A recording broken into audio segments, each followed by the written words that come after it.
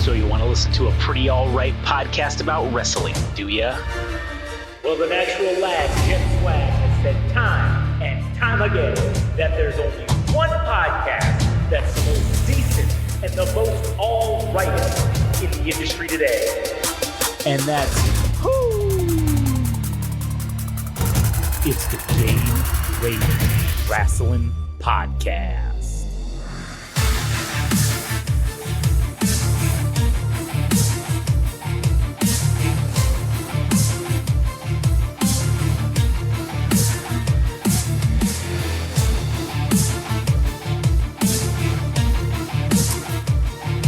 That's right.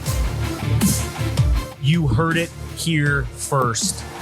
From the greatest professional wrestler in the history of professional wrestling and sports entertainment, the natural lad Jet Swag. This is, in fact, beyond a shadow of a doubt, the most decent and all-rightest wrestling podcast on the internet today.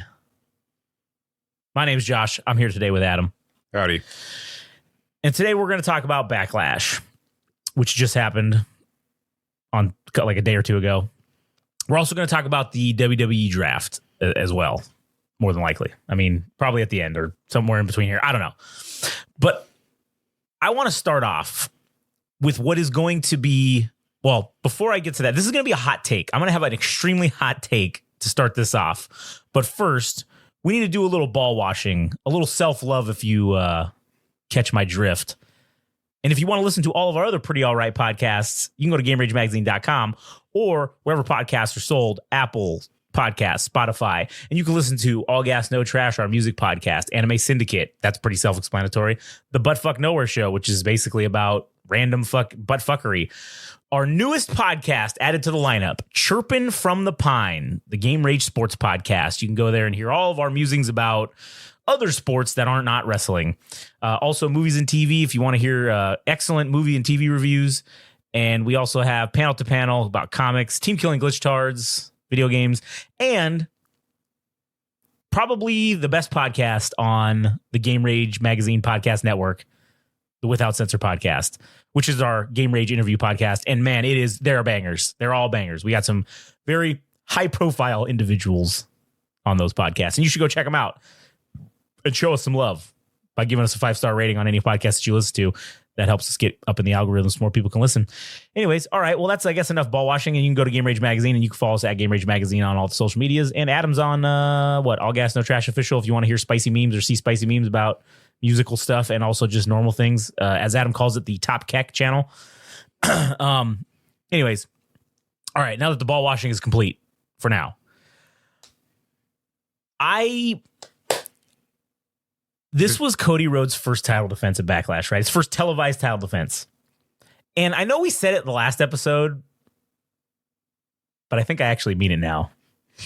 I'm fucking sick and tired of this fucking asshole. I am so fed up with Cody Rhodes and the smile, just the smugness. This is typical babyface bullshit. And I missed the tribal chief already. I was duped. I was tricked. Because, you know, as much shit as we talked about The Rock, he was right. Cody Rhodes shouldn't be carrying the strap. He shouldn't be the face of the company. This reminds me, our younger fans may not remember this, but hopefully maybe you've seen it on the network or some of it, or on the Peacock, I guess. This reminds me, this title run is already starting off reminiscent of Bret the Hitman Hart's title run that he had in the mid 90s area, where shit was slow and it sucked because he was just a cookie cutter babyface and the stories weren't interesting. The only thing that saved that and made that a decent title run is because Bret the Hitman Hart was a wrestling technician. He could fucking actually wrestle. And I bring that up because I kind of feel like during this match, Cody Rhodes got exposed. Cody Rhodes is actually not that athletic. He's actually not that good of a wrestler, in my opinion now. AJ Styles fucking carried that match. He fucking worked his ass off. And granted, I know that's not the storyline. It was obvious he wasn't going to win, right? It was plainly obvious. They put all this fucking time behind Cody Rhodes, so you're just feeding essentially one of your top guys that's actually a performer in the ring to this now ultra mega babyface that you've created. And I'm calling it right now. This shit's going to last like 6 months tops. And people are going to start to get bored. Cody Rhodes will be given in 6 months or less the John Cena treatment. They will be chanting same old shit. They will be booing him. There will be, for lack of a better term, a backlash to Cody Rhodes being the WWE Universal. No, they don't even call it that anymore, right? I think it's just the WWE champion now, right? I think it's WWE Undisputed. Undisputed. There you go. That's what vice versa. Undisputed. Yeah. One of those, but it's not Universal anymore, so that's gone. But I'm tired of it already. I know we're getting ahead of ourselves a little bit because we're going to go through Backlash in order, but I just wanted to throw that out there at the beginning. Get some people fucking hot and bothered because I know it's going to piss off a lot of people. All the Cody fucking crybabies. And God damn it, we were tricked. The Rock was right. They are Cody crybabies. They're a bunch of fucking basement dwelling, chicken tendy eating bastards, and they don't fucking know shit about the business. They don't know shit about wrestling, and they can just go fuck themselves because they think they know what they want. But I guarantee it, in 6 months' time, they will be hating this just as much as I am not even 30 days in. One title defense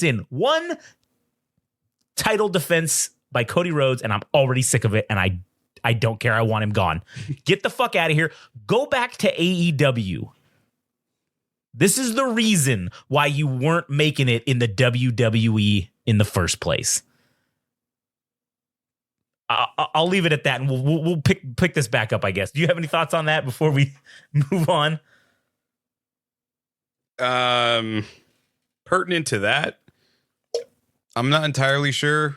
I do have opinions about the match itself, but I'll reserve those for when we actually get to it. Yeah, okay. So we'll start out in chronological order, which I was very surprised that this was the opening match, which was Randy Orton and Kevin Owens versus the Bloodline, basically. Solo Sikoa and Tama Tonga in a street fight. And, man, I don't know. And this is hard for me to it's kind of hard for me to grade these matches because I don't actually know if they were good or not because the crowd was so into it. I was chanting along with the crowd sitting here at home because it was just so infectious. Every single person in that arena, I dare say, I don't know if I've ever seen anything like it. Every single person was chanting in unison. They were cheering on everyone. Yes, they were booing some of them, but the majority of even like that final main event, when we'll get to it, I mean, they were cheering on both of them just as loudly. And I think that truly is the sixth man is the audience. And man, that can be a straight difference maker. If the audience isn't into it, it would lower the scores, I feel like. And if the audience is super into it like this, it makes it that much better. And that's where I'm torn is like, I don't know if I actually enjoyed this pay-per-view. I don't know if it was just the crowd fucking tricking me into thinking this was awesome. How do you feel about that? Yeah, I definitely felt some type of way about the audience itself. Because damn, wasn't that a contagion or it was magnetic, man. I don't know what the fuck it was, but I was duped. You know, I was bamboozled, man. This is how mob mentality works in a positive way. When everybody starts doing, you know, maybe one section of the arena itself starts going, and then everybody starts going. And even I got into it, god damn it. Yeah. And I mean this in the most polite way. Fuck you, France. You sons of bitches. I fucking hate you. You basically shammed the US with our crowds, Raw and SmackDown every week, dead crowds. I mean, gotten better because maybe Triple H's creative directions have vastly improved both programs and stuff, but it is unparalleled. It is disgusting how awesome France was, and that's offensive to me. But I will give you guys' fucking credit. You showed up and you showed out and you balled out, and I hate that because you did it better than us, and we own it. This is our shit, and you just get the privilege of watching it, and you upstood us, and I'm like, God damn it, fuck you, France. So I think the real MVP of this fucking pay-per-view, or rather this paid live event, or what do they call it, premium live event? Yeah, premium live event. I think the real MVP was the fucking crowd, without a doubt. That was the first thing that I wrote in this fucking thing. But I have all these notes that I wrote down. Yeah. And I just can't believe how they upstage us. The worst part is that arena, or from what I heard was, or at least what Michael Cole said or Corey Graves said, it was 11,000 people. And I was thinking, dude, they made it sound like if it were WrestleMania. That I couldn't fucking believe that. I mean, there was a ruckus, there was a cacophonous noise within the arena, and I can't believe 11,000 people raised the decibels to who the fuck knows what it was, ear deafening shit. Yeah, and you know what's crazy about that too? And just to piggyback on that, I will say, yes, I'm an American first, but I'm French by heritage, and I fucking hate them so much for this. They made us look like dog shit. They made me embarrassed to have gone to wrestling events, and other people around me weren't into it like we've been. And it's very sad that I think we may get wrestling taken away from us here in the United States if this continues, because I know that part of the reason for it is because they've never had a WWE event there, basically. So everyone needed to turn up and show out, and everyone was just happy that wrestling was finally there. And that's why they were so crazy and raucous. And sure, maybe we're deadened to it because it's been accessible to us for so many years. But that's going to be the problem. They're going to say, hey, they also this thing was the largest gate of any premium live event, meaning the ticket sales were the highest number that they've made. Right? That's what they announced during the event at some point. They said it was the largest gate of any premium live event. And that includes WrestleMania. So those tickets, there were only 11,000 of them, but they drew a higher gate than fucking WrestleMania did. So that means those tickets must have just been insane in price. I also think the decision to have it in Lyon, France was interesting, because as opposed to putting it in a metropolitan, well, not to say that Lyon is small by any means, because it's the third largest city, but it feels as though if you were to go on a WWE live event tour and you made a stop at a buttfuck nowhere town, and you made the stop, and it was completely worth it for all the people that went. And it also pulled all the people from the larger cities to come out to this thing. And it just made that more, in my opinion, probably more special for the people that already live there, and having people come out, because it's like it's a weird dynamic, I guess you could say. You would suspect they would be in Paris, but it's like, oh, cool, nice change. These guys get a bone for a premium live event of WWE, which was, nice change of pace. Yeah, it was a nice change of pace. I mean, it did screw us a little bit because of the timing, because that's another thing I don't really like about these goddamn foreign, or I guess I should say non-United States live events, is that it fucks us up on the time. So instead of us being able to watch it at 5 p.m. on a Saturday, we're literally having to be at like 2 a.m. or 4 a.m. or this one I think was at like 8 a.m. And it's like, shit, man, ain't nobody got time for that. Well, fuck. How about they just record it, and then they just say in America, oh, hey, it'll be premiering at 5 p.m. like the normal time, right? Why don't we just do that? I know people, oh, the spoilers and blah, blah. Okay, well, if you're an asshole and you're Googling shit, stay off the internet for a few hours, all right? Quit being lazy. That's what I think it should go to, so that we can also kind of have that here. Because, I mean, yeah, granted, we're paying our Peacock subscription, quote unquote, but we're not paying $60 an event like we used to. So I guess they probably don't care because, well, fuck, it's all on demand anyways. So like me, I didn't even watch it live. We watched the replays. So, you know, it just kind of sucks because it hampers our ability to do our version of premium live events on Discord, where we stream these and, you know, 50 of our biggest fans can join us and watch along and listen to us do commentary. And we couldn't do that for this one because of the weird fucking time that it was at. I thought this was okay for this one alone, possibly, because I was not really that invested.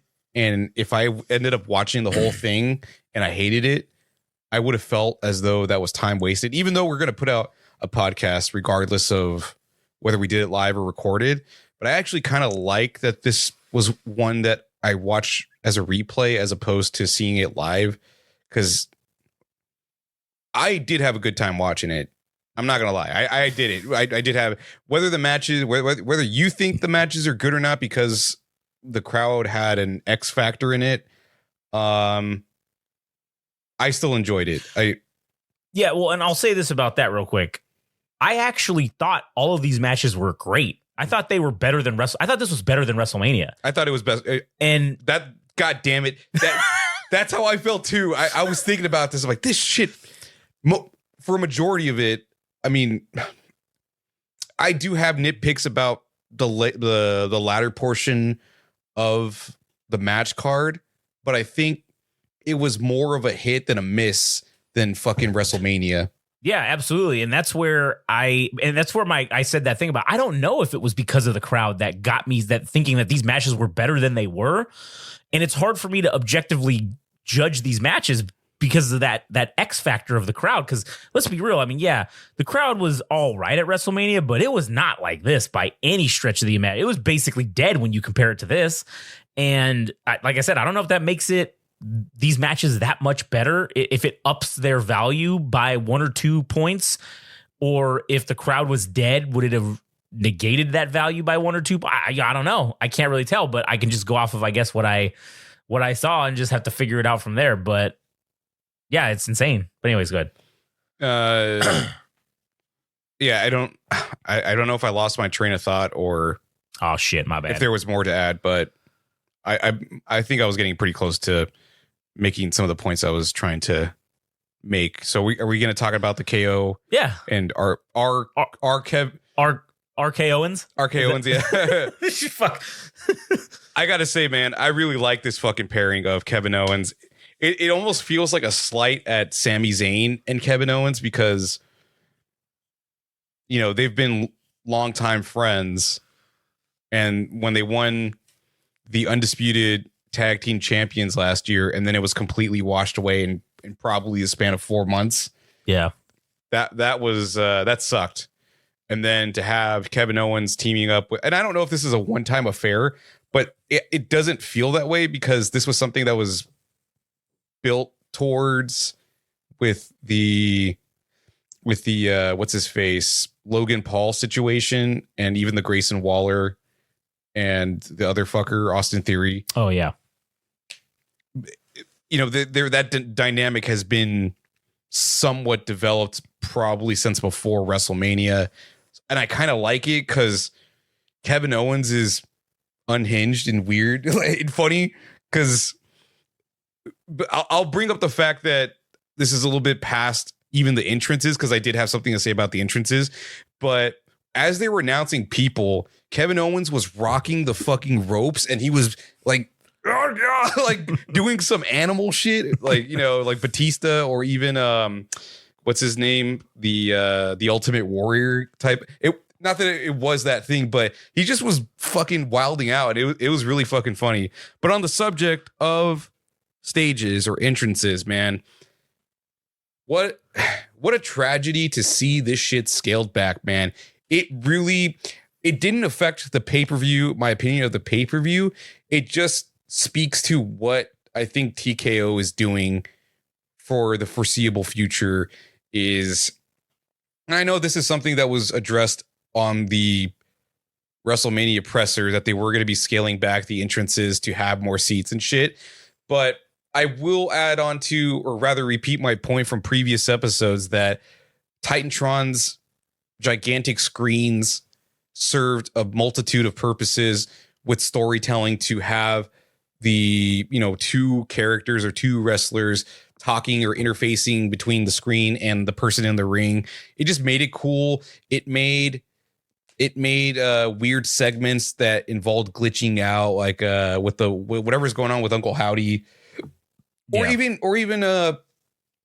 weird shit where wrestlers would hijack the transmission or some shit. And now I don't know if we're gonna get that again. And it feels like a middle finger to the fans, because they want to save a few bucks so that they don't have to set up. They could set up these things quicker and take them down quicker. And they're also using less. They're using less materials to do this. So it's like if it's heavily based on a business decision, and that is offensive to me. I concur with that 100%. I was very disappointed when the pay-per-view kicked off, because I was thinking, all right, this is their chance. This is the first time they're going to be at this location. You got to do a fucking set piece. You got to do something that's epic. Sure, maybe not WrestleMania epic, obviously, but you got to do something different than Raw and SmackDown.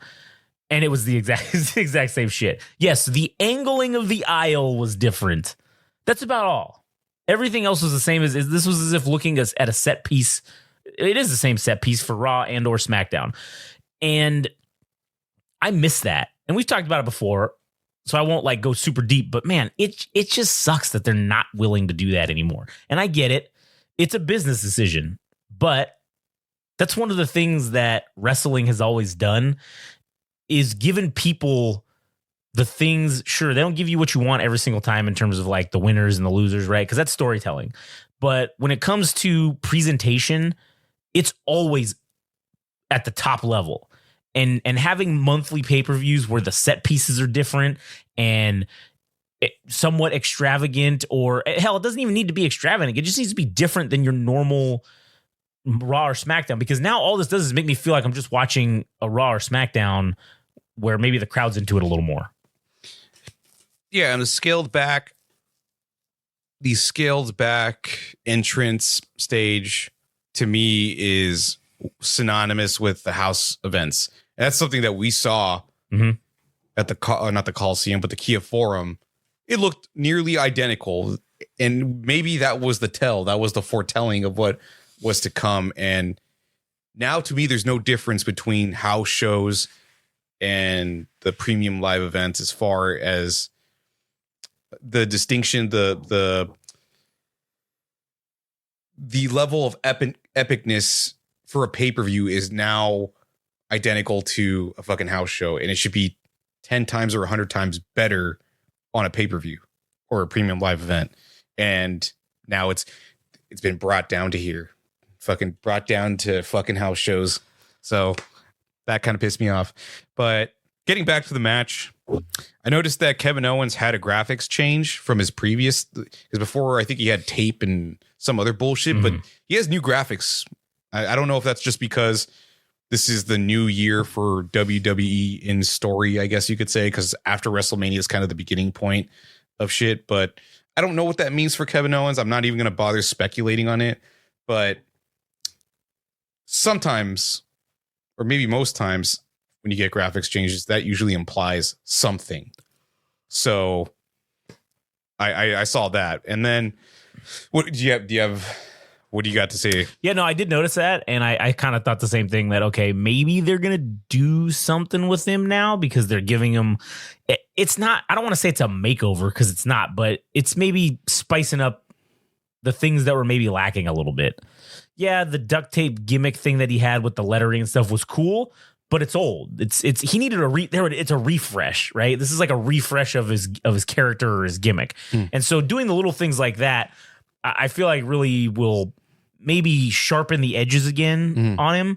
And I think also putting him with Randy Orton is a great pairing, because like you had said, Kevin Owens is like the funny unhinged crazy, and Randy Orton's like he might actually be unhinged and actually crazy. And it makes it even better when that dynamic is both together, because it's hilarious. Like the things that Randy Orton did before that people would think maybe he were a little creepy or weird, now they're hilarious when he does it with Kevin Owens and menacing at the same time. So I'm all in favor of this pairing, and I hope it continues. I don't know what their plans are.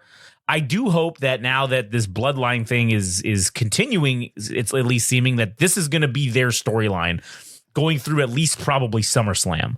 And maybe they even continue this. I really would like this to continue where Randy Orton and Kevin Owens can maybe put a team together for Survivor Series to take on the bloodline. Maybe they do this program for a whole year, culminating in some crazy match at WrestleMania. And that'd be fucking cool as shit to see. So I hope they continue with it. But yeah, I enjoyed the match. I thought the match was good. When, what's his name, Nick Aldis came out and fucking turned it into a street fight, that was fucking awesome. And I was like, oh shit, there's going to be some cool shit happening. And like I said, I was skeptical I was like, man, why are they starting off with this match first? And then damn, really? That's what I said. I said, man, that was the one I felt would be interesting or fun, because I liked the dynamic of Kevin Owens and Randy Orton, and that was the one that I thought would be the most fun. I just can't believe they put it on the beginning of the card. I mean, it worked like a fucking charm, but that should have been closer towards the top, the middle to the top. Yeah, somewhere. Yeah, that's what I was thinking. Like, this shouldn't be the opening match. I felt, but then once he came out and he said like, oh, this is a street fight. All right, now I know why this is the opening match, because you couldn't open this pay-per-view because I figured they were going to do it with one of the women's, like the tag team matches or whatever. That's what I figured that they would do, because normally that's kind of how it goes. They'll start off with like a match that's kind of meh, like just to get people kind of into it. They'll do a couple high spots and then get into something better, right? This one, they must have said, hey, we need to blow this shit up the roof right here, because no one knew it was going to be a street fight. This was a literal last-second thing that they did. So once he announced that, I said, oh, this explains exactly why this match came out first.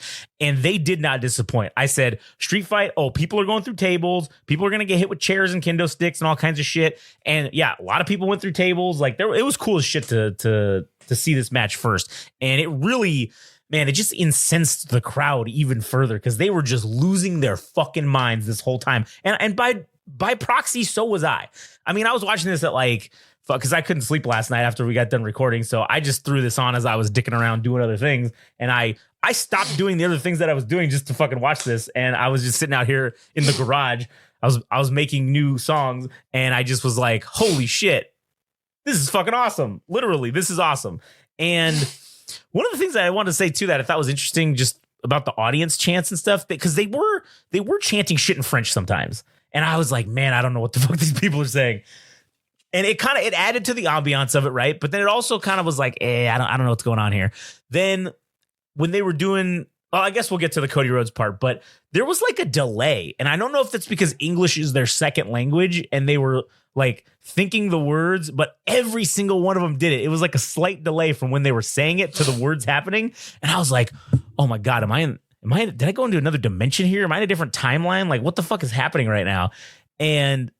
But either way, it was still cool. And like I said, this match was fucking awesome. I mean, I do think that the bloodline going over on them, which is obviously people who, there's no spoiler alert. You probably have already seen this if you're fucking listening to this. I would hope so, at least, because obviously we're talking about it. But having them go over on those two tells me that this is going to continue on. Yeah. I feel like if Randy Orton and KO would have got the dub on this one, this would be squashed and it'd probably be over. But now it gives them a reason to not let this go and say, we gotta play. We gotta get this happening. We gotta keep going. So I hope it continues. But yeah, I thought the match was great. I thought it was an excellent match. Honestly, might have been the best match of the night. I feel it's definitely, if it's not the best, it's one of the top. It's one or two for sure, easily. What about you? What'd you think? All right, so do you have scores to them? No, I just wrote a lot of notes. Yeah, all right. I loved Nick Aldis. I think he has one up on the Raw general manager Adam Pearce for this moment. I know it's all scripted, but if we're gonna take shit at face value somewhat, then Nick Aldis has become to me slightly the minutia grain of salt, slightest bit of goodness of maybe like a Teddy Long. He gave the fucking people what they wanted. It was an all-out brawl. The fact that he came out there and didn't put restraint, or of course the security guards came out, and this thing just turned into a whole a melee or whatever. Yeah. And he did not fucking hinder that or inhibit it. He said, have at it, boys. Fucking go nuts. And I fucking love that, because I think that turned everything up to 12. Yeah, this is peak that era of that early to mid 2000s of Teddy Long being in charge and Eric Bischoff being the general manager of Raw, and them just saying, oh, you guys want to fight? You know what? Go ahead. No rules. Let it happen.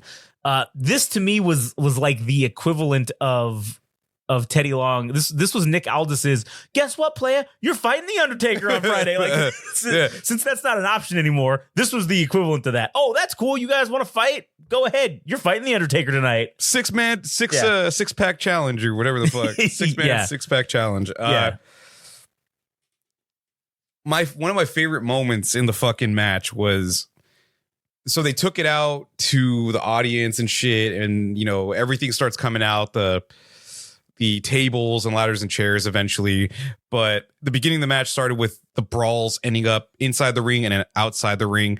And at some point, I don't remember who Kevin Owens and Randy Orton get a hold of, but Kevin Owens does a body splash off the barricade, and then the crowd is queuing for Randy Orton to do something off the barricade. And he's like, yeah. And he just gets down. That shit was so fucking funny, dude. And you could tell Randy Orton was savoring this moment, because I don't know if he's seen a crowd like this probably maybe since 10 or 15 years ago. I mean, who the fuck knows? But I think probably him being at an older age is maybe savoring. It just looks like he was savoring the moments, dude.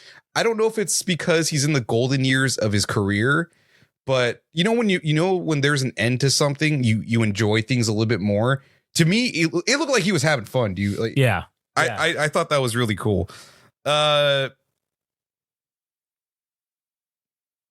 I agree with that. I was like, oh shit, did he space out? Let me keep talking. Yeah, and then something interesting. Okay, yeah. So even before that thing happened with Randy Orton, I said that the body splash happened or whatever, and then I think Kevin Owens was yelling at, what's the guy's name? Tonga? Yeah, he was yelling at his face like Stone Cold. You know, at some point. Yeah, and then one thing that I wrote down, since you were talking about the future of the bloodline. Yeah. This is evidently turning into a Civil War type scenario. I know Jey Uso is not involved with this at this point, but I think what's going to end up happening with the storylines is Roman Reigns is going to come back and see what has become of the bloodline. And it seems that The Rock is undermining Roman Reigns as far as the bloodline goes, because The Rock is probably giving directions to Solo Sikoa to recruit all these members and basically creating a worse version of the bloodline, a much more unhinged or unrestrained version of the bloodline. And it was telling because Paul Heyman was just in complete horror of what was going on. But I wrote down some little side notes. One thing that was interesting was that Corey Graves acknowledged Tonga being the IWGP champion, which was really fucking strange, because for a lot of the pay-per-views, if not most of them, if not all, their WWE itself is an isolated, encapsulated thing where nothing else goes on besides this. And I thought them mentioning New Japan at all was just it. I don't know. What do you make of that? That was very strange. No, it's not strange at all. This is the beginning of the end of AEW, because the only thing keeping AEW around right now is the fact that they're having this deal and this cross promotion with New Japan. And obviously they own Ring of Honor. So I don't even think that counts as cross promotion anymore. It's basically the same shit. But this is the only thing that's keeping interest over there at AEW is the fact that you could go see New Japan guys. And I think the TKO knows this. And I think they're going to conduct a very shrewd business maneuver. Oh, and they're going to say, hey, New Japan, how much you getting to do this deal with AEW? Oh, you mean they're not actually paying you guys? Oh, you're just doing this to help each other out? Hey, well, what if we paid you to exclusively have your guys come on our show? And man, you know what would be really cool is if we did like an IWGP invasion of WWE, man. Oh, that'd be so cool. You know, what? I don't know what their plan is, but I have a feeling that they're going to steal the whole New Japan crossover deal from AEW, and they're going to offer them, as they say, a deal they can't refuse, and they're going to take it, and then they're going to start working with WWE, and AEW will be dead after this. That will be it'll be toast, I feel like. I think that's the worst case scenario, and I think it's the most plausible case scenario. Yeah. And that is terrifying for Tony Khan, but he also has a sizable wallet, so... I mean, that's true. That's true. But I think he'll keep it going.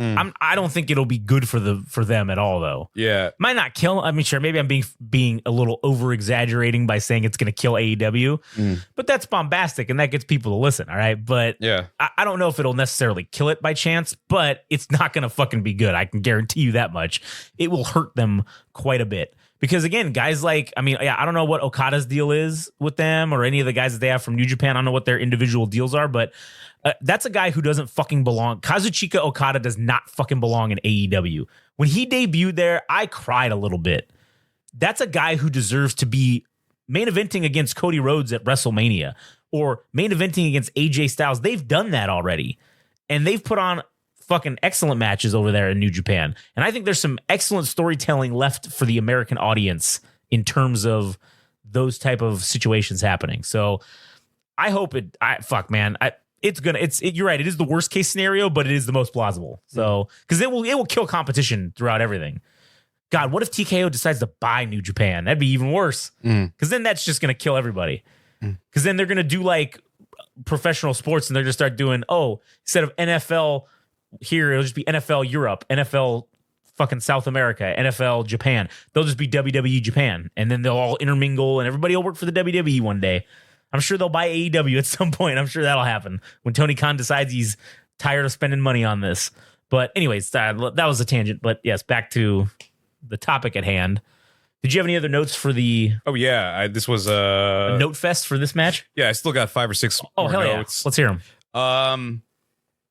I think Triple H is actually giving more reins to the wrestlers to take more risks.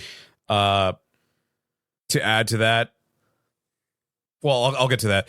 So one of the cool spots was you got to have an RKO out of nowhere. So my favorite part about the stupidity of wrestling is that Solo Sikoa had to telegraph his Samoan spike by raising his thumb and fucking yelling, and only to be countered by Randy Orton giving an RKO. Yeah. Just how stupid is that, dude? Just fucking go for it, you fucking idiot. And speaking about the Triple H possibly giving free reign to wrestlers to determine how matches go, we've been seeing a lot. This pay-per-view had some maneuvers that I haven't seen in a while. And I know I'm going to say Damian Priest with the Razor's Edge, but he's been doing that for a minute. But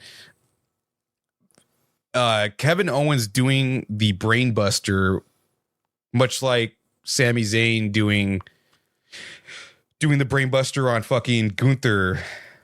Interesting. Yeah. Because there was a time when Samoa Joe, I think, muscle busted fucking Tyson Kidd and broke his neck. And broke his fucking neck. Made him no longer able to wrestle. Yeah. So I thought we would never see any maneuvers like that could potentially lead to harmful injuries like that. And I saw 3 or 4 incidences to me that indicate that there's more free reign for the wrestlers to do these type of maneuvers. Yeah, I think we're going to start seeing a lot more high risk. For lack of a better term, we're going to start seeing more attitude era type shit, I feel like. in terms of the actual content of the wrestling.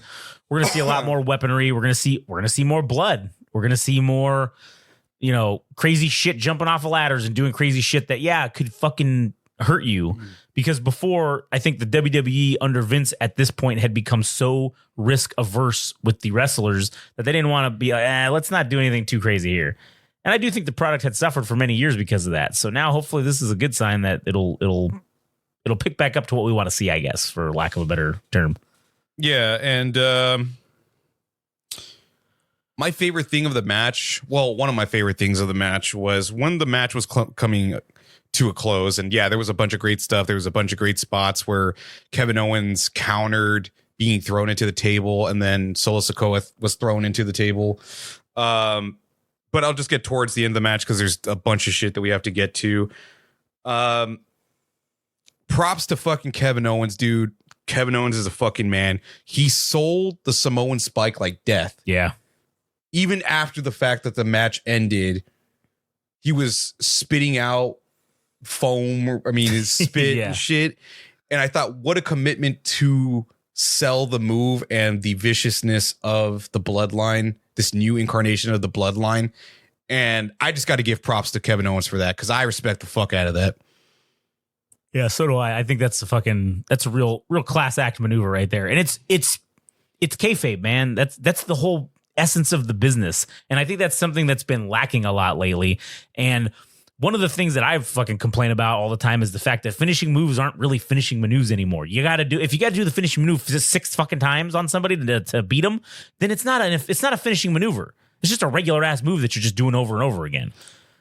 So yeah, and just as much as I'm complimenting Kevin Owens on this shit, there was an opposite end situation with the AJ Styles and Cody Rhodes match that actually kind of irked me and actually kind of lends to your Cody Rhodes tirade. Oh, good. So good. I think this was an appropriate ending for the match. I think in order to build up the bloodline without Roman Reigns at the helm, Roman Reigns at the helm, in order to have Solo Sikoa move up to be main event material, I think this was the appropriate move.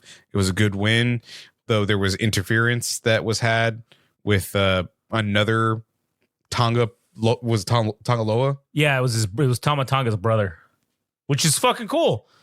Everybody thought that what's his name, one of the Fatu kids was coming in, but it turned out no, it wasn't. But who knows? I'm sure that's going to be another one that they're going to have because this whole bloodline thing, I have a feeling, is going to explode. This is going to become like the NWO of our era, of this era, I should say. They're going to explode because now that Roman Reigns is going to be gone for who knows an inordinate amount of time in terms of wrestling goes, they're going to expand to like maybe 5 or 6 members, maybe even more than that. And then when he comes back, that's when, like you said, there'll be enough guys to have this little civil war going on. And then I think that's where Kevin Owens and Randy Orton are going to fucking put their nose in there and start fucking with everybody. And then, it'll get the bloodline to unite against a common enemy, but then they're still fighting each other at the same time. So it's going to be a cool storyline, I hope. Yeah. And I hate, as much as I love this match, I still don't believe that Solo Sikoa is a main eventer. He's a B+ player to me and always will be. He can't cut a fucking mic promo. I mean, he can, but it's just good. Yeah. It's pedestrian. It's okay. It's feasible, but I don't know, man. I expect more out of him, and it's not enough for me. He's not that guy, but he works in the bloodline. He works in the bloodline, and that's as much as I can say about that. But one other note to make about the match is that I got to give props to Paul Heyman for selling the horror of the new bloodline, protecting Kevin Owens as he was fucking dying from the Samoan Spike, because he's watching as the bloodline is going straight evil, and even as much evil as if you could even call it that, as much evil as the original version of the bloodline did, they still had a heart, I guess, technically, and now Paul Heyman is showing mercy, which is great fucking character work, dude. It's really interesting. I got to give him props for that shit. Yeah, it really is. It really gets my almonds going. Like, it really just gets my jollies off to see that, because it's like, oh man, here's another layer of this story that we're getting. That's, oh, now this is going to, again, lead to the Civil War, because some of them are going to go hard on everybody and be this ultra evil. And then some of them are still going to want to be the bad guys. But hey, like, you know, it's like that fucking thing with in 300 when he's like, I am a merciful God. Like, yeah, that's what they want to be, right? So fuck, it's going to be good shit. Yeah, so that's all I got to say about the match itself. Then we get to Bayley, Naomi versus Tiffany Stratton. Yeah, I'll be honest, I didn't give a shit about this match going into it. I do like Tiffany Stratton. That's the only reason I actually watched the match. I wholeheartedly agree. I thought the real high point of this match, as it's been evident since Tiffany Stratton has been called up from NXT, she is a fucking star, dude. And I don't know, I think it would be bad if she got the strap on her within the year. Yeah. But she's fucking good, dude. She's fucking awesome. And I think they have to put that to the side or rather put that down the road at least for 2 years. Just have her win consistently, you know, for the next 2 years, and then put the strap on her, because she's fucking good. I would love to see her be champion, but they really need to slow play this one, because I don't want it to be too soon, because I don't think. Yeah, I don't want it to happen too soon. I don't either. And that's kind of the thing that sucks about the women's division. There's no mid-card title, basically. So, yeah, you've got like the tag team titles, which I kind of think that they're going to put her in some sort of a tag team. And she'll have a tag team title run before she goes up into the singles picture. This was her first little taste of it. Hey, she showed she can do it. I thought she did great in the match. I didn't really care for the match in general. I thought it was just, man. I mean, granted, it followed up that awesome street fight, so I didn't think it really stood a chance anyways to begin with. But so I don't know if I put all that many notes, but I'll just kind of sound off on them. So much like Randy Orton, Bayley also was somebody that was completely awestruck by the crowd. I mean, she was playing to them as well. You know, it was almost Hulk Hogan-esque. You know, she's aware. I don't know if it's breaking the fourth wall, but she was acknowledging the crowd and, you know, giving them what they wanted or whatever. And I thought that was interesting. It was a double-edged sword. It was cool, but it also maybe hindered a little bit, because it's like you're waiting for the cue for the audience to do something, and then you do something. It's like, no, let's just get the match, rolling or whatever. Right. As far as the in-ring ability of Tiffany Stratton to jerk her off or to wash her balls, the cartwheel into the somersault and then into like the butt splash or whatever that she does into the corner, because she had Naomi trapped in the corner or thrown to the corner, and she went to the opposite end and she did a cartwheel into a somersault and then did the butt slam thing or whatever. But she had multiple spots. Like she had the most spots that were noticeable throughout the match itself.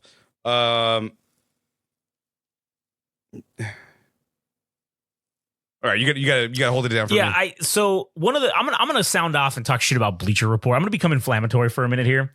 So I just have Bleacher Report up just because I clicked on. I wanted to just get the match order correct, just because like, you know, I didn't want to sound like an asshole. So because I didn't memorize the match card, and so as I'm going through this and looking at this, they rated this women's championship match higher than higher than everything else except Cody Rhodes and AJ Styles. They rated this the second highest rated match of the night. I did not think There's no fucking way. There is no fucking way. This article was written by somebody who I don't think understands wrestling or hasn't been a wrestling fan for that long. It's gotta be. It has to be. And this is the double-edged sword of wrestling becoming mainstream, is we get shit like this where you get people commentating on things that maybe aren't super fans of wrestling. They're just reporting on shit and just kind of, This feels like a WWE Shield fucking synopsis, right? Where WWE wants you to make sure that you put over these certain matches, and these ones get higher rankings, and that's kind of how I feel this was, and it kind of pisses me off a little bit. Yeah, Bleacher Report, fucking goddamn it. But anyways, all right. I did have more stuff. So I'm not all that familiar with Tiffany Stratton since the days of NXT. My experience is just her being called up and seeing her on pay-per-views and stuff. But it is nice to see the Alabama Slam in her arsenal of maneuvers, because I haven't seen that since Hardcore Holly. Yeah, that's true. You know what? That's a very good point. I don't think I've seen that either. I thought it was a bit ironic. I don't know why I'm making this point, but I think it's funny that she's using the Alabama Slam and she's from Minnesota. That is funny. As far as camera work goes, there was a real missed opportunity when Naomi had Tiffany in a hold on the ring mat, and Bailey was on top of the ropes and she was going to do an elbow drop off the top rope, and they actually didn't show it. They only showed, they had the cameras on Tiffany and Naomi, but all you see is Bailey coming down. Yeah. And I thought somebody fucked that up, and I hope they got an earful for that. Yeah, and that's another, again, the double-edged sword of bringing in people who aren't familiar with wrestling 100%. Now, the guy who's in charge of all the new camera angles and everything, he came from outside, so obviously he's still getting his footing, and I do think that they've made a lot of improvements to the camera work. I think it's a little more cinematic, especially like later on when we get to this Cody Rhodes match. The camera work, I thought, and that was pretty good. They kind of figured it out. They gave us like especially at the beginning. Well, we'll talk about that when we get there. But yeah, there were some missed opportunities here, and I think that's just inexperience in wrestling. And if you got the guy calling the shots that maybe he's still getting his footing for this, it's like, oh shit, we didn't switch to the pan out when she is climbing to the top rope to show that whole thing. You just showed her basically jumping into the screen out of nowhere. So, anyways, I thought the 1D was kind of cool to see Naomi and Bailey do that to Tiffany Stratton, but I also kind of hated it because they're not a team and they should be all fighting amongst each other. True. Just a weird spot, because that implies that they were working as a team when it's a triple threat match. That shit, right. I don't know. I don't know about anything. I don't know. It didn't sit right with me. My conclusion that Tiffany Stratton was the best performer of the match. She had the most spots that I enjoyed, and I think she's on the fast lane for becoming champion. But even though I'm saying that, I need this shit to be milked out at least for 2 to 3 years, because I think when she's gonna become champion, it's gonna be fucking awesome. But just don't blow your load. Don't ejaculate immediately, please. Yeah. Let the load simmer for a minute. Load management. Yeah. Let's get edged a little longer. All right. Let's let the payoff be worth it. And yeah, I agree with that too. I think she was the best part of the match, and I think it's very safe to say that here at Game Rage Wrestling, we are 100% Tiffany Stratton marks, without a doubt. Along with our truthers. Oh, well, probably even more so we're marks for our truth, but Tiffany Stratton's definitely up there. So anyways, all right, next match that we had. Do you have anything more about that match? No, just now we can get to Jey Uso. Yeah. So this was the Damian Priest versus Jey Uso, which, again, I wasn't expecting anyone to drop titles. I was not expecting that at all. I was expecting everybody was probably going to maintain their shit, right? Because this is just after WrestleMania. You're going to let people kind of simmer a little bit with this before you do something drastic. So I thought it sucked to see Jey Uso get, he's definitely in a no-win situation right here. Granted, the match was pretty good. I didn't have too many super crazy issues with it. I will say the crowd, man, in this one, everybody doing that yeet thing. I am not a fan of the yeet. All right. I'm not super about that, but I will admit, even I was yeeting when the crowd was fucking doing it, because that was honestly the craziest thing I've ever seen. Everybody with the phones and just doing that fucking movement all in unison too. Like, Jesus Christ. No wonder the French are so good at revolutions, because they just, once the mob mentality kicks in, they just get all on the same page. It's like they're a hive mind and they just do everything together. It's crazy. But that was fucking unbelievable and unreal. That's the first note that I made. I wrote down Yeet Mania. Jey Uso trolls fucking Damian Priest by doing all kinds of bullshit and then calling for the crowd to do the yeet with him. Oh, yeah. And then Damian Priest getting visibly agitated with all this bullshit. I don't know if that was something that Jey Uso talked about backstage with him, or he only started doing this so he could make him corpse, like, you know, to make a break, because he's kind of, you know, stone faced, right? Right, yeah. But I wrote down that maybe one of my favorite moments of the match was Jay doing the robot into the COVID slap. Yeah, because he spits the fucking thing and he fucking slap. You know, like it's a Rock thing. Yeah. But yeah, him doing the robot, it added comedic value when I didn't want it, and I kind of did. Because it was funny, because it's almost like he's making a mockery of fucking Damian Priest. Yeah. But I don't know. It's somewhere in between. But I think I liked it more than I hated it.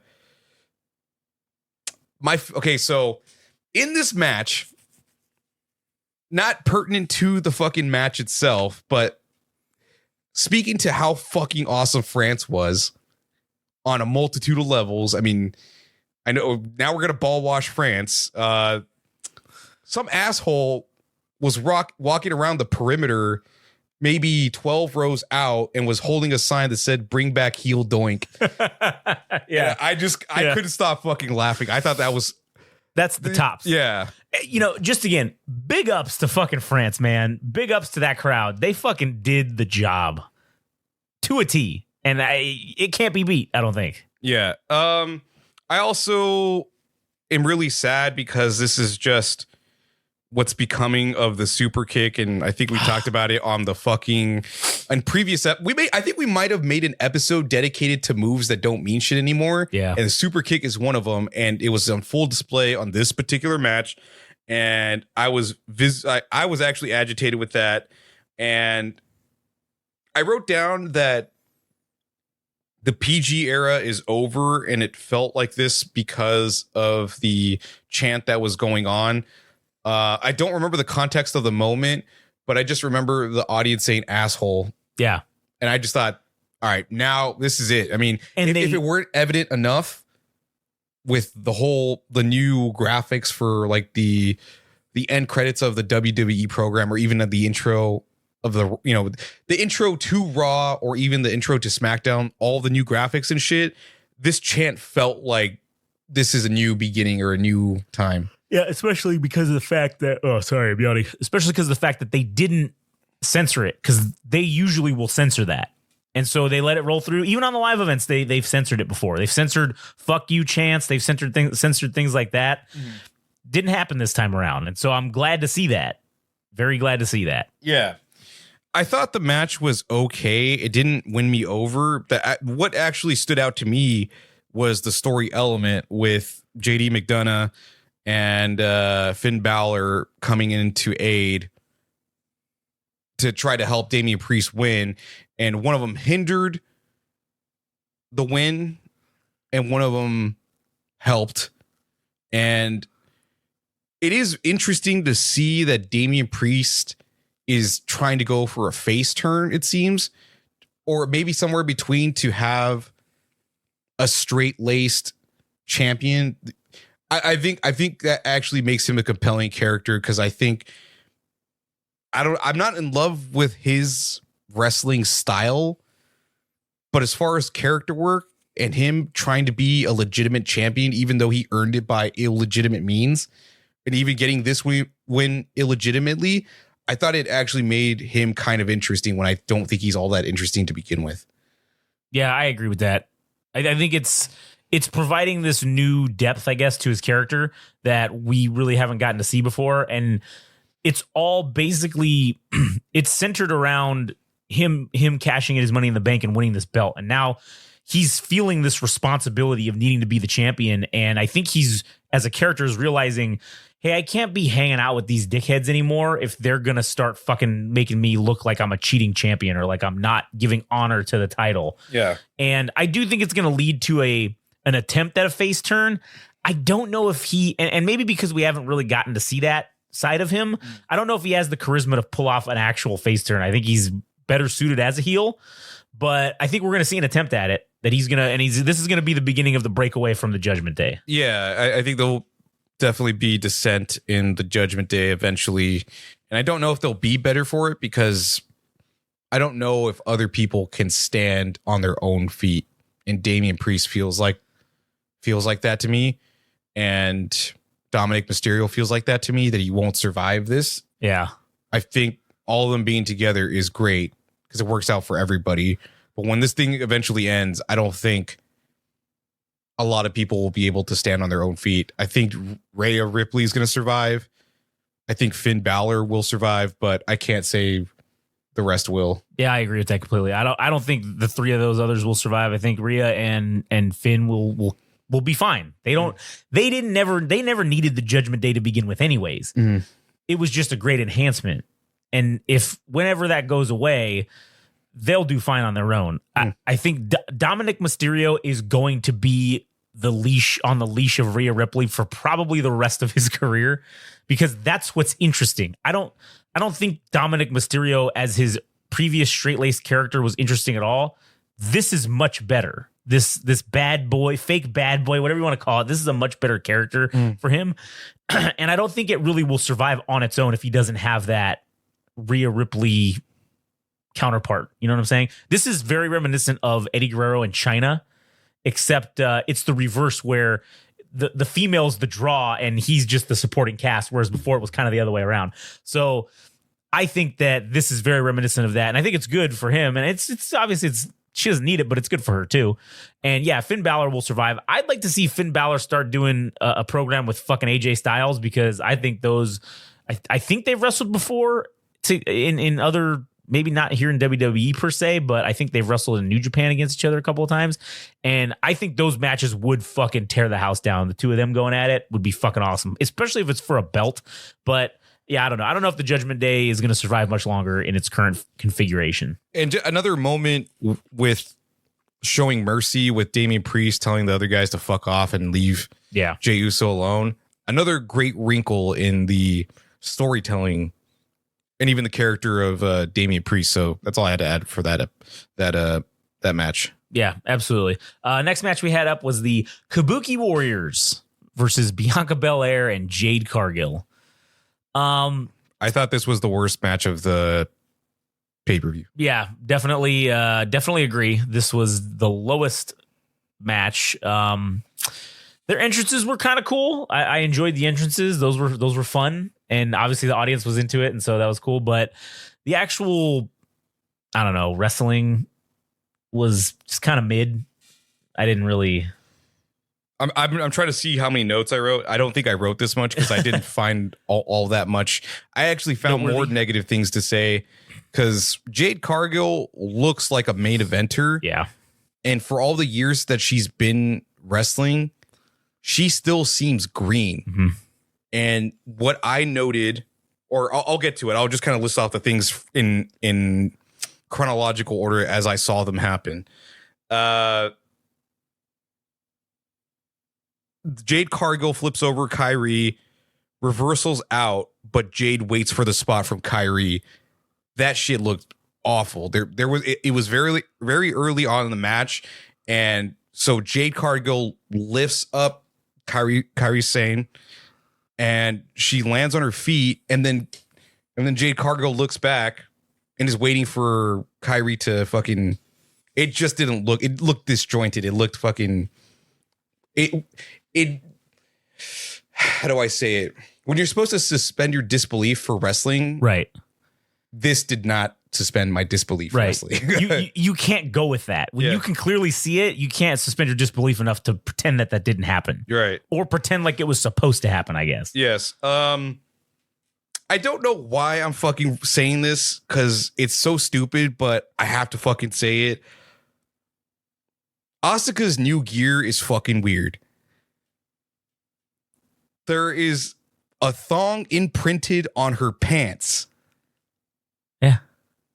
I don't know. What is that? Well, she always used to just wear a multitude of thongs on the outside of her gear for like seemingly no reason. So now I think instead of her having to cart around 10 or 15 different thongs. She just has it imprinted on her gear. So then that's it. And then you don't got to put shit over it, I guess. It just looks odd, dude. Yeah, no, it looks weird. I will say that. But I can kind of see why maybe she switched to that just for fucking economic purposes, I guess. I don't know. Yeah. Shit, I didn't really write all that much notes. But I'm still getting to it. Yeah, okay.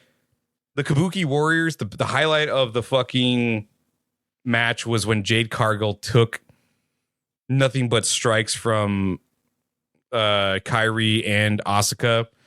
It's kind of, I think, towards the end of the match. I mean, Asuka did the spinning back fist, and then they were just wailing on her. But the thing that bothered me about Jade Cargill, as awesome as she appears, she looks like a main eventer. She does all the things right. But when it comes to selling, she fucking sucks dick. And I think it actually did more harm to her to no sell these moves, because I don't know if she's trying to give off the impression that she's invincible, but at some point you have to show that you're human, because in order for anybody to believe that you're a human being, you're not just a god. I mean, she kind of does look like a god, but in order to create like escalation or de-escalation or ebbs and flows in the match, people need to believe that you can get fucking hurt. And she wasn't doing that. And that fucking drove me up the wall. Yeah, I kind of feel like that's a fucking holdover bad habit from AEW, because people in AEW have a real bad habit of no selling shit all the time. And even though The Undertaker is still alive, he'd be rolling over in his grave at seeing this no selling, because no selling, there's a time and a place for it. But it seems like it's, at least in AEW and now with this, it's happening more often. And it's like, you're not there yet to be able to just no sell shit. You got to fucking, like you said, build yourself up to that, or have an ebb and a flow into, when Hulk Hogan is hulking up and he's invincible, that makes sense. That's okay when you can no sell shit. But you ain't Hulk Hogan. You're not even close. So you got to get there first. You know what I'm saying? Or work towards it. So I think maybe a little, I don't know what I'm saying here. I don't know if I'm saying if she should have stayed in NXT. I don't even actually know if she was in NXT. Yeah, I think it would have done her a service to work on that. Yeah, because I think she is built like a champion, but she's missing the fundamental shit, and I couldn't get over that. I just had to say that it was bad transitions from maneuvers and counters and reversals. It just didn't hit for me. And that's all I got to say about the match. Yeah, all right. I don't have anything else to say. It was just kind of whatever. I didn't really give a shit about the outcome, and the match was just kind of meh. It wasn't even really, like you said, it was the worst match of the night for sure. Yeah, and I'm going to bring up something that has nothing to do with the AJ Styles and Cody Rhodes match. Uh-huh. But one thing that stood out to me as far as WWE or even TKO as a business, they did something. And I know this is probably not original. It's probably been done before, but it just dawned on me and it felt interesting, because this might be something that's going to be applying to ourselves. I think watching this just unlocked a new strat for me. Oh, okay. Corey Graves announcing that there would be an announcement at the Kentucky Derby, knowing that Peacock is the streaming app of NBC, and having the WWE product on NBC, to take the Backlash audio, or not specifically Backlash, but the WWE fans, and giving them a reason to listen or watch the Kentucky Derby, to cross-pollinate one product that NBC owns to the next. Or I guess they don't technically, I guess they license it, right? Yeah. I think that was a genius fucking move. Because now it got me thinking, when we have something that we're working on for a podcast, and maybe one of our podcasts are not doing that well, we're going to save a reveal for the podcast that's not doing well, but we'll announce it on something else that is that's doing well. Yeah. But specifically, I'll give an example. Yeah. So say on All Gas No Trash, I say that there is going to be a massive reveal on fucking Chirping from the Pine. I announce it at the end of the episode, and I announced the announcement on Chirping from the Pine, somewhere between the mid or the end of the episode. And that'll give people a reason to listen. I'm sorry I'm going to manipulate you people this way, but fucking TKO Peacock gave us something that I'm going to be using in our arsenal. Yeah, and it's not, at least we're upfront about it. At least we're just being honest with you that we're going to try this and see if it works. Maybe it will prompt some of you to go listen to some of our other stuff, because, and it's not coming from a negative place or a malicious place. It's coming from if you like us talking about wrestling, you're probably going to like us talking about the other shit that we talk about. And I know it's sometimes with all these fucking podcasts out there, it's hard to fucking go listen to 18 different things, but yeah, we have 18 different things that you can go listen to. And if you like us on one, you'll probably have a good time on another. So it's really for your benefit, if anything. I'm not going to be an asshole about it. It's only for something that feels nuclear or it's hot. And yeah, it's only going to be once in a while. It's not going to be every week. We're going to have you fragmented across 18 different podcasts, the way cable or satellite works, or not cable or satellite, rather streaming apps, where you used to have all the things on one thing and now everything is on 20 different things. Yeah. And that shit sucks. So I don't want to do that. It's only going to be once in a while. So, right. And that's, it's going to be used appropriately and not abused, I should say. So, all right. Let's get to getting into the main event, Cody Rhodes versus AJ Styles. Now, I was going to name this episode the Backlash of Backlash because I just think that's funny. But I think I'm actually going to rename it to Backlash, Cody Rhodes Gets Exposed. Because that's exactly what this match was. Now, entrance-wise, oh man, it was cool as shit. The audience was singing every single word of the Cody Rhodes entrance song. Hell, they were even singing every word to the AJ Styles song. I don't know any of those fucking words to that song, but man, they sure did. And they were singing it and loving it. And what was funny is the delay. And like I had said earlier, I think that's because English is their second language. So they were in their mind hearing it and then translating it into English and then saying it and then repeating it. So that's why there was this weird delay. But when the Cody Rhodes music stopped and they continued on, that's some of the coolest shit ever. No matter who it happens to or what the reason is, it's just cool to see them continue. It happens to Jericho all the time in AEW when he's that fucking Judas song that's his main, like his theme entrance.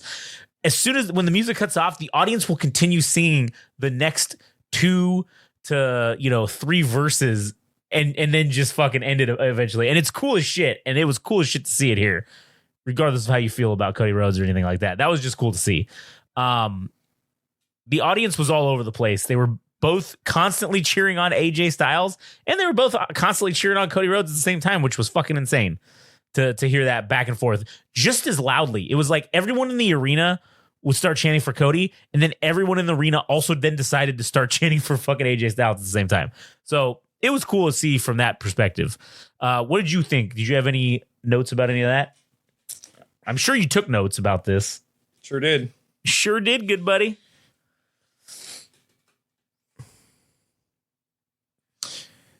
Cody Rhodes ended up doing some really interesting things for being a face. Mm-hmm. And mind you, I feel as though he is,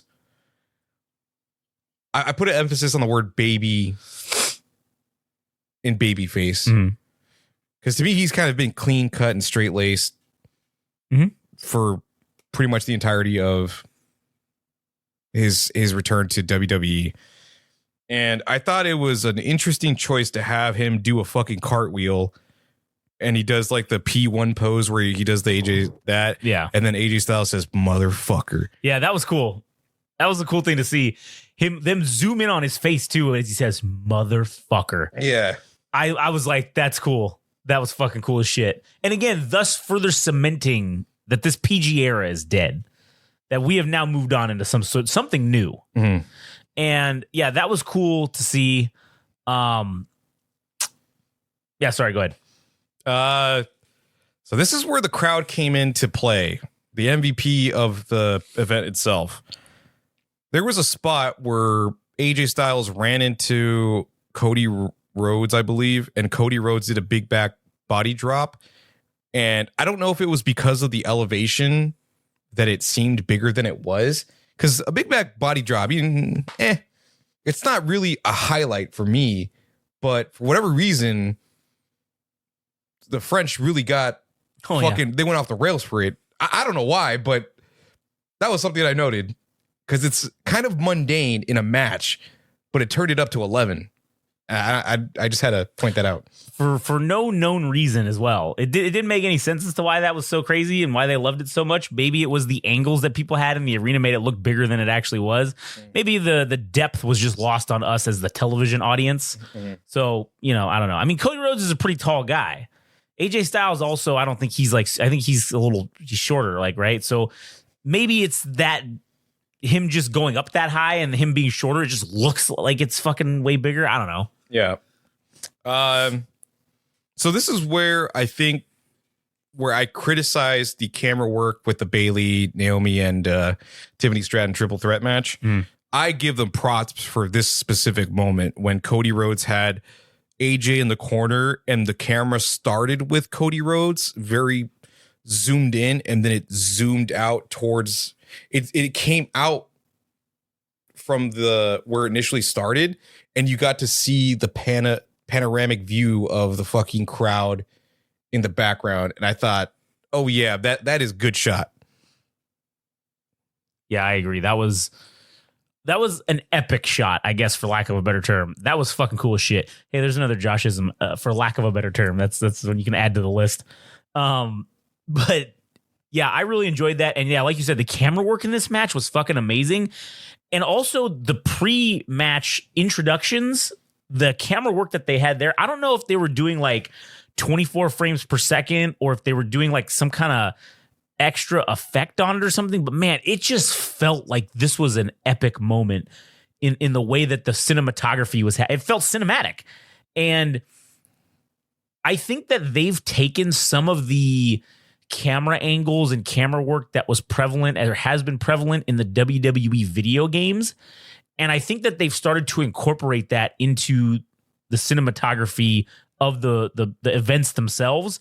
And I think that's been for the better because even though it's an AI, it's like the computer controlling the camera angles and stuff in the video game, they programmed it to know exactly what the best angles for you as the player to see everything that's kind of going on, right? To see everything so that you can kind of do your moves and shit and plot your shit out. And I think that view that kind of is there has really helped us see everything kind of as it goes on. Now, granted, it's not perfect yet. They're not 100% perfection with it, but it's getting there. And I have to say, I like that. I'm excited for it to continue and get better. And I'm sure it will as time goes on. I like the meme of the foreigner, the French announce table being destroyed on multiple occasions in previous matches. And even I think in the Kevin Owens, RK Owens versus Bloodline match. But I think it happened one other time. I'm not sure, but classic meme. The other table gets the other commentators gets destroyed. Loved the phenomenal blitz where fucking AJ Styles was just going ham on strikes, and then Cody Rhodes comes back with the old fucking Muhammad Ali shit where you just you do the quick jabs, and he does the bionic elbow. I don't know why, but I love an exploder. What is it called? The exploder suplex? Yeah. In the corner. I just like that move. I know Kevin Owens does it a lot, and then he does the running cannonball thing. I thought that was awesome. And I don't know if I've seen AJ Styles because it's been a while since I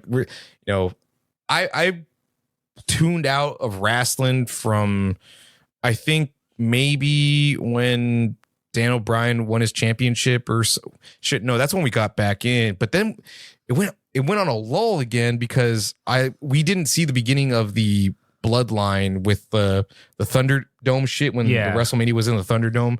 So it's been off and on. But what I really wanted to say was that AJ Styles did a burning hammer, and I thought that was fucking sweet because that's one move I thought would be cool to see again. And I haven't seen a whole lot of people do it in the WWE. So this feels to me as though, and I'm speculating, but I'm saying that it feels like Triple H is giving the thumbs up. Guys, go fucking nuts. Bring back fucking the Burning Hammer, the Brain Buster. It's okay by me. Triple H approved. Yeah, I think that's definitely happening. And I don't know if that's contributing to like what I was saying about Cody Rhodes being exposed here. Because, man, AJ Styles just fucking out wrestled the shit out of him. Even when they were doing, because they were going through a lot of power moves, right? This was kind of mostly a power-esque style wrestling match. But there was some of that, as JR used to call it, the catch as catch can style, where they were kind of trading locks and maneuvers and stuff, right? And there was one where Cody Rhodes had AJ Styles in a leg scissors over his head, and then AJ Styles does a kip up out of it and just looked so clean and smooth, and flips it around and does the same thing to Cody Rhodes. And Cody Rhodes looks like he's going to because the logical move is to repeat it. Both stand up, they square, that's like the logical maneuver. But I don't think Cody Rhodes can do a kip up out of that, because he's actually not that athletic. He looked real clunky. A lot of stuff didn't look super smooth to me. And he kept doing this thing with his fucking pants where he kept like trying to pull it over. Like, I don't know if he has like a gut or something that's starting to form underneath, but he kept doing this thing where he kept pulling his pants up. And I'm like, your pants aren't fucking moving. They haven't moved since you fucking started this match. Why do you keep fucking doing that? That's starting to aggravate me and piss me off. AJ Styles was in the best shape I think I've ever seen him. I mean, Jesus Christ, thick and shredded at the same time. That's a guy who needs to be fucking wearing the strap. I think as an interim champion at some point, if Cody Rhodes loses and they want to start reintroducing short title reigns and everybody trades for a minute, I would totally be down for a short stint of AJ Styles holding the title for an extended period of time. Yeah, no, I agree. I think that dude is probably the man. Okay. Sorry, go ahead. Oh, sorry. Yeah, I didn't mean to say okay. I don't know why my brain, I don't know why I did that, but okay. I noted the Burning Hammer thing. I said right, fucking sick. And I actually don't know if this happened immediately afterwards, but this is where I got pissed off at Cody Rhodes, because Burning Hammer is a sick fucking move. Yeah. It should be protected. And Cody no-sold. Oh, no, I did write it. That's what the BH stands for. I was like, what the fuck does BH stand for? Cody no-selling Burning Hammer was fucking AIDS. That killed the fucking match for me. And I wrote down Cody now has Hulkamania powers, because he actually fucking did it. Yeah. And I did not. Nope. I did not buy it. I didn't want it. I was angry, and it started with the Burning Hammer not being sold, and I didn't like that. Yeah, I didn't like that either. I thought that was, if you're gonna bring back a maneuver like that hasn't been seen on WWE television in Christ who knows how long, that's got to be like I don't want to say it needs to be a finisher, but that needs to be something where you at least get a fucking 2 and like 7/8 count out of it. And just to essentially disregard that this even happened, that was fucking upsetting. And again, I don't know if giving them the freedom to do this stuff is exposing his maybe, I don't know, lack of knowledge or his lack of understanding of, because listen, Cody Rhodes has it down when it comes to being the babyface, right? He can go out and he can do autographs and he can do all this bullshit and just be this upstanding, straight-laced guy, as you've said, for his entire WWE run. Cody Rhodes is that guy. He is that guy.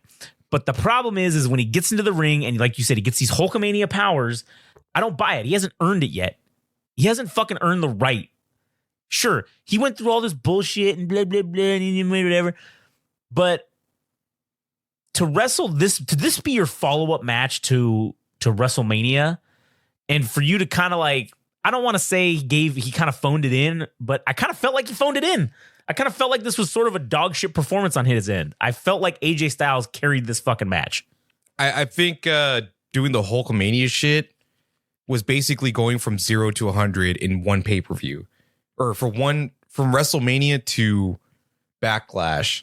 I thought that's something he would have to earn over the course of a year or even 6 months, because we don't know if he's gonna be champion by the time they get to Netflix or whatever.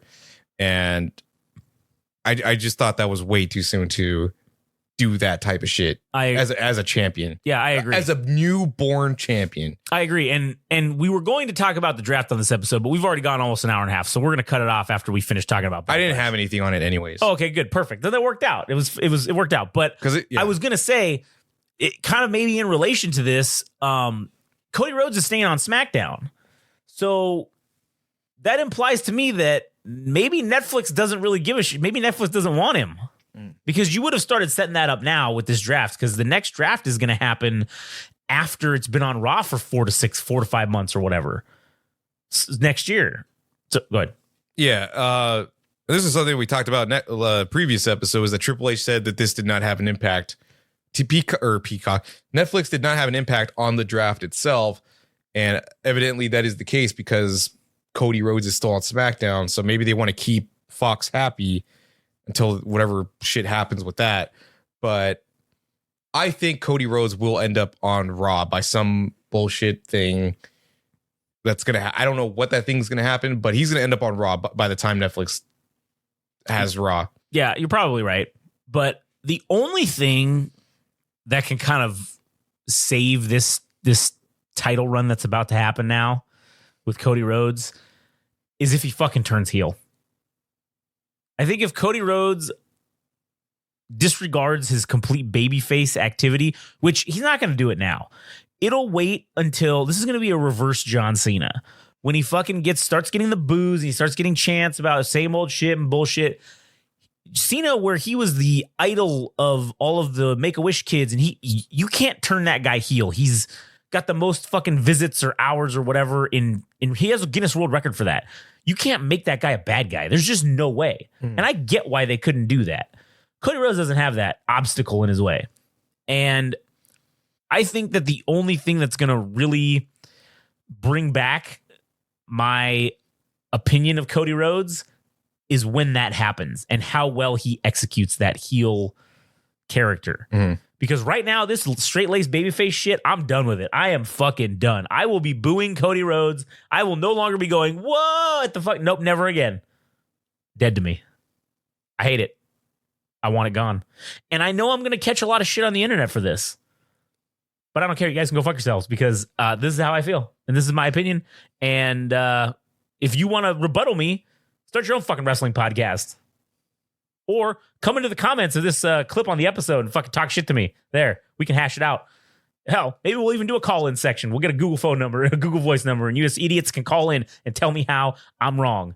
Because right now, I don't think I'm wrong. I think that this is AIDS, as Adam likes the atomism of things are AIDS. This is AIDS right now, and I hate it. Yeah, I still had more to say. Oh yeah, about go the ahead. match, I'm sorry, I went on a tangent, but go ahead. Spot for me that I enjoyed: AJ counters Crossroads with Pele kick. Yep, cool. That was bitching. Possibly new camera angle, top down view of AJ dead after he took a super kick from Cody, because he was doing the phenomenal forearm from he jumped onto the corner post, hit the mid rope or whatever, and then he bounced off and then came back, and then I think Cody Rhodes hit him with the super kick. And then, yeah, but the view was from the top fucking down. I don't know if I've seen that one. I don't think I've seen that either. And then to possibly speculate about I don't think it's a heel turn exactly, but Cody Rhodes teasing AJ with the little pose with the gloves that he does was interesting, especially for a babyface. And then him using the Kimura, I don't think I've ever seen him use that. And that was, to me, showing a side of himself that he doesn't normally show. So that, I don't know what that means, but it's definitely interesting. Interesting indeed. And I wrote Cody Cutter from Ring Corner was cool. Oh, maybe that's what it was. I think I said AJ. Maybe it was fucking Cody Rhodes, but completely irrelevant at this point. I just the main thing that I wanted to point out was the Kimura that Cody Rhodes did, because I think that was the thing that Brock Lesnar used on him when he broke his fucking arm. So I don't know, just a little interesting detail. But what do you got to say about the event itself? Overall, like I said, I thought this was better than fucking WrestleMania. And if I would have paid a dickload of money to go to WrestleMania, I'd be fucking mad right now because they turned up for this French crowd and they put on a hell of a show. Regardless of individual feelings about individual wrestlers, overall the show was fucking excellent. And I hope this is just an example of what's to come. I hope we're not going to go backwards. I hope WrestleMania was like this is the end of the Vince storylines. This is everything tied up in a nice little bow. And WrestleMania on, this is a completely new era. No Vince McMahon storylines are continuing on. This is all coming from Triple H and the new team at the creative helm, right? And I think that this first pay-per-view of this new, I guess, regime, for lack of a better word, this was a very good indicator of what is to come, I believe. And this is going to be good. I'm excited for this. Yeah, and there was a lot of things that were missing. For one, no R-Truth. Yeah, fucking what the hell? I don't want to say it was B-list shit, but it made the people that were on the pay-per-view look fucking strong. Right. Because they carried it well enough that Seth Rollins wasn't there, Roman Reigns wasn't there, Gunther wasn't there, Chad Gable, Sami Zayn. Yep. It actually made other people stand out more, which I thought was good. Yeah, there were essentially no mid-card titles on this pay-per-view, which was kind of dumb. I couldn't believe they got out of 6 matches, they got almost 3 hours. I couldn't believe that. I was expecting the match card to be a lot bigger, and I hope that this was just kind of okay. It's in France. Let's just do the 6 matches. We don't want to fly out a shit ton of people. Maybe they didn't know how well it was going to go. I don't know. Maybe they just didn't plan on this. But it's also the first pay-per-view after WrestleMania, the first one that they're running as the new regime. Let's keep it simple. Let's keep it small. And let's see how this goes. I'm hoping we will see a return to more matchups. And I would like to see, I know we've got multiple versions of basically the same title on different people, multiple tag team belts for both the men and the women, multiple mid-card titles, right? Multiple world titles. I would like to see a return to most of those titles being defended at every premium live event. Doesn't have to be every single one every single time, but I'd like to see a multitude of those defended. In addition to maybe the grudge matches or the continuation of smaller end storylines. But to me, we need to bring back the feel that a PLE is now they're being called, to delete the PPV term, that these PLEs mean something, that this isn't just a Raw or SmackDown. There's major storyline happenings on these things. And that's what I think we're going to start going back to. This one, I give them a little credit for not having very much of that storyline impact, because this is right after WrestleMania. You just had the big blow off.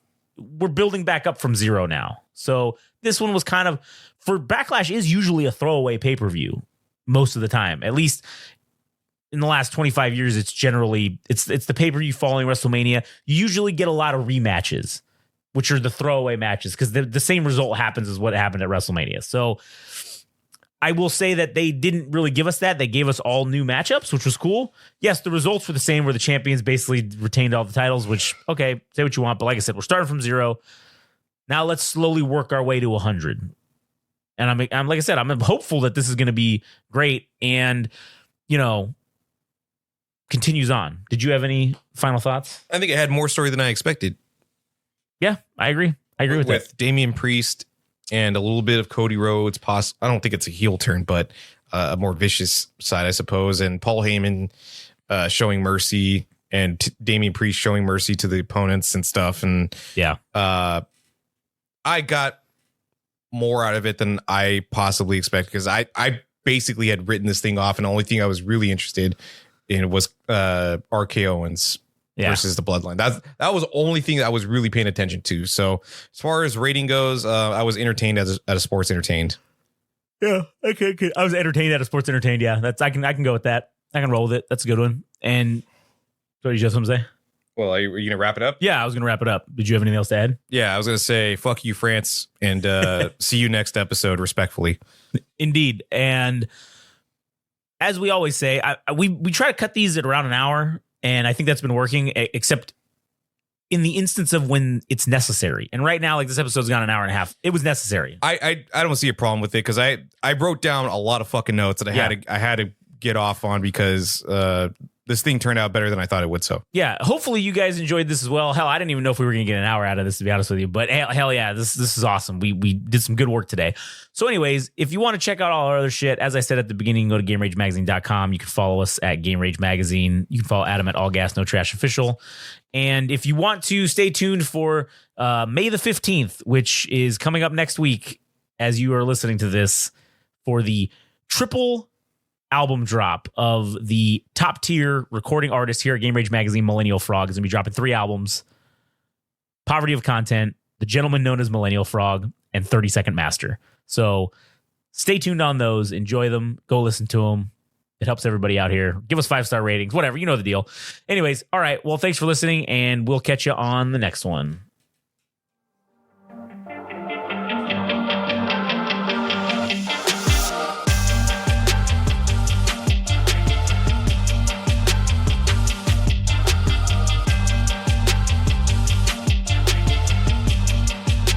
That was another wonderful, amazing, powerful episode of the Game Rage Wrestling Podcast. And take it from me, ladies and gentlemen, the natural lad, Jet Swag. If there's one podcast, one show you should be listening to, that you should be absolutely grateful for, it's the Game Rage Wrestling Podcast. And one of the things you can do to show your appreciation for all the hard work and dedication that these boys put out day in, day out, just for you people, it's that you can go and you can subscribe and you can like and follow them on the Instagram and the TikTok at Game Rage Magazine. You can also follow them and like them and subscribe to them on the old Twitter, which I don't know what it's called now, but who cares? It's at Game Rage Mag there. Additionally, if you feel the need to really show your appreciation, which you should, then go to their website at www.GameRageMagazine.com and show us some love. Show them some love. And show some love for the natural lad, Jet Swag.